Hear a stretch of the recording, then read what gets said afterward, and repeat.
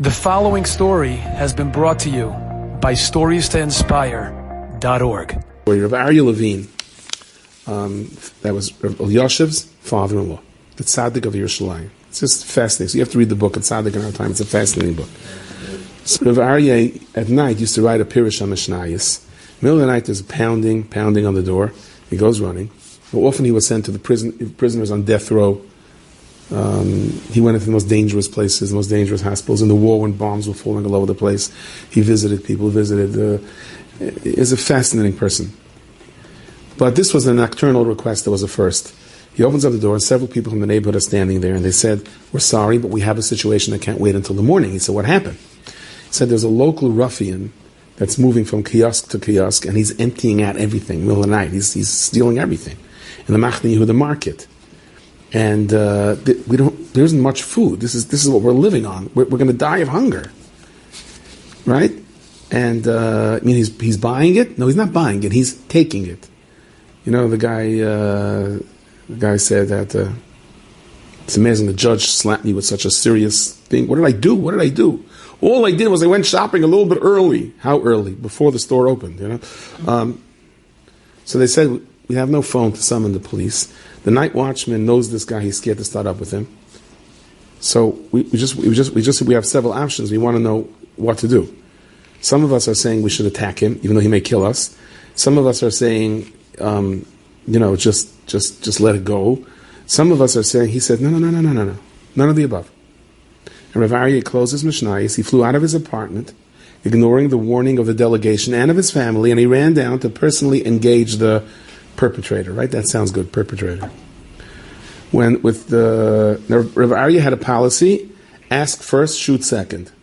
The other way of, he raced over, and he physically, with his own body, blocked the getaway vehicle. Okay? And this guy was about to get out, and he saw Rav Aryeh Levine standing there.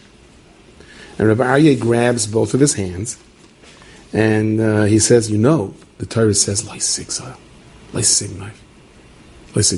not worth it. It's not not kedai. And he said it to him with such a straightforwardness, as if he just was megalatim a chiddush and a ktsois. And especially during times like this, it's not just geneva, it's shvichas damim. These people are going to die of hunger.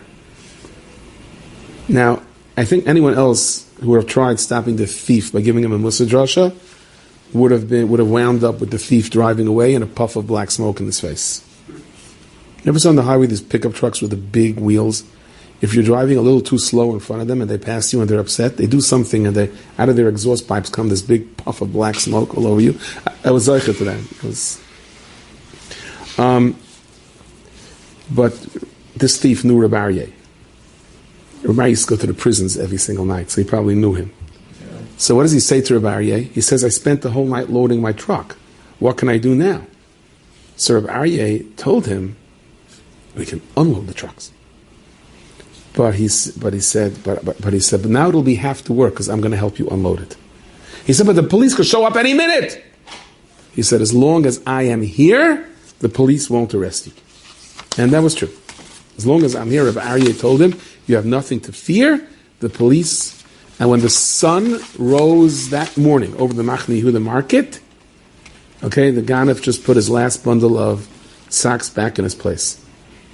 And Rav Aryeh is not finished. The crowd is standing around. He goes, "Rabbi Sai, Amisha Beirach for a year who spent so many hours being Makayim, the mitzvah of a Heishev Esagzela." And he made a long Misha Beirach with this person that's in tears. Now, I can tell you Rav Aryeh's method of crime busting is not the standard procedure for most police authorities. It's not what they teach in the police academy. It's not even what Shomrim does. Okay? If I would have approached this guy and tell him Lo Signef, I would have gotten the black smoke in my face, if I was lucky. You have to really believe it when you really believe it yourself, then the person listens to you, depending on the level of who it was. Enjoyed this story? Come again. Bring a friend. StoriesToInspire.org